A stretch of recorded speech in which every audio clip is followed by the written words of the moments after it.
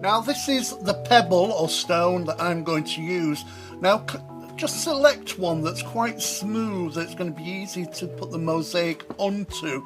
Another bit of advice as well, be very careful where you take your stone from. Some beaches and that prohibit it, or other places. Just be respectful from where you get your stones from. So now I've chosen my stone that I'm going to use. Next you have to take your fish sheet and choose the one that you want. Cut a few out if you want to try it, but I've actually going to choose this one because that fits on really nicely. I've chosen this stone because it's relatively flat. You've only got like one curve, so I'll stick this down slowly and that will bend over there and stick down there. But first I've got to mosaic it. So how do I do that? Well, you've got two options here.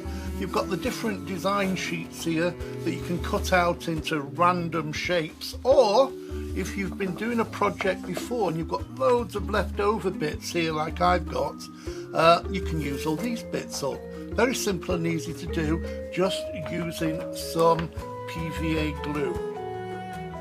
Now before you start gluing them on, it's good to cut these scraps here into manageable pieces, because if that's too big to go around the stone, it's much easier if you work with smaller pieces so they overlap and give you even more of a mosaic look. You don't have to be too precise with these, it doesn't matter at all what they look like. So I've got my pieces cut out, I've got some PVA glue here, I've got a nice flat brush here, and all it is just doing section at a time, adding the different pieces. Now you can pick these up with the end of your brush and just lay them on. Press them down as you go. You don't want too much glue, otherwise it'll make them a bit sloppy and it may start them all wrinkling. So at this stage just go over the top and just stick them overlap into each other, just like so.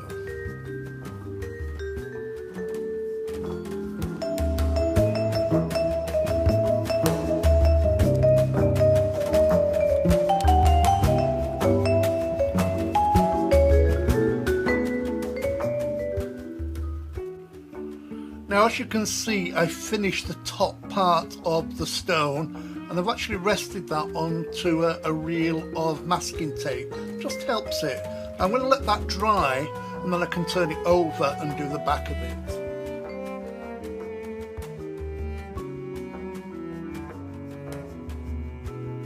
Now the front side of the rock is nice and dry. I can turn this over, and again I've got this masking tape reel. Just helps me steady it and move it around. I can prepare that. I can start adding more mosaics to fill the whole rock. Again, just a little bit of glue, and like you did on the front, just keep adding the scraps of paper so you completely cover the rock.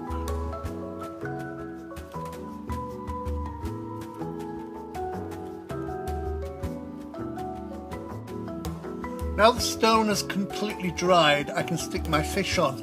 Now the fish is quite a big one. I'd make life a bit easier if I'd put a smaller one on, but because that's going to slightly buckle as I put it down. So what I'm going to do is stick this down in stages. First I'm going to do the main body, then the tail, and then any of these bits that are stuck up, I'll just snip with some scissors so they actually stick to the stone really well. So first of all, I'm going to stick the body part down.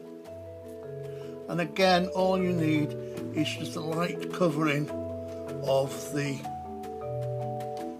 glue. It's water-based PVA. That's all this is. You could use whichever glue you want, of course.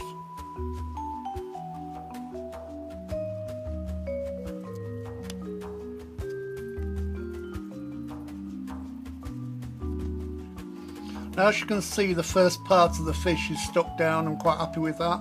I'm going to concentrate on these fins here either side now, and just a little bit of glue underneath and a little bit of brute force, and they'll stick down nicely. So So just smooth them out. You can use your finger if you want. Now it will slightly crease because you've got the contour of the stone. It's not flat, obviously. So you will get some little creases, but I find if you push them right down, then it will find its way. So I'm sticking those down first, just going over with a bit of a glue as I go. Don't forget you will be giving these a coat of varnish if you want, and that also helps any creases you've got fill in. So there you go. I'll let that just dry for a minute and then I'll stick the rest of the tail down. Now you can see that the fish is stuck down here, the fins here are stuck down, and because it's moist, it kind of stretches slightly, so it allows you to kind of push it into position and make it fit the stone. Finally, which is quite easy, I think, this section, I'm just going to put some glue underneath where the tail fin is going to be.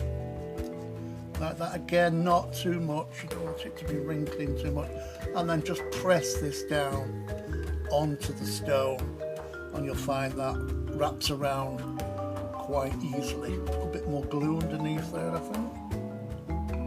And just press that down. And the same under the sun lid. Just notice a little bit sticking up there, so that can be dealt with as I go along. So all you've got to do now is just put that to one side, let that dry, and then we can start the varnishing.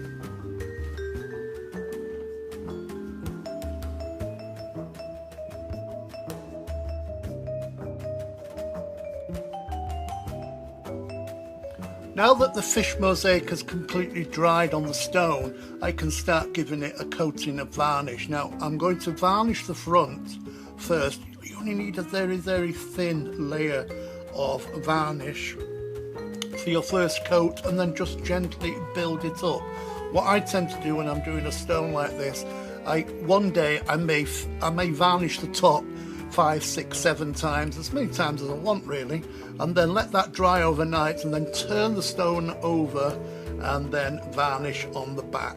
It's entirely up to you how many coats you want to give it. If you're going to put this outside in the garden, then I suggest you use a varnish, which is an outside varnish. This is what I'm using for indoors to go in the conservatoire.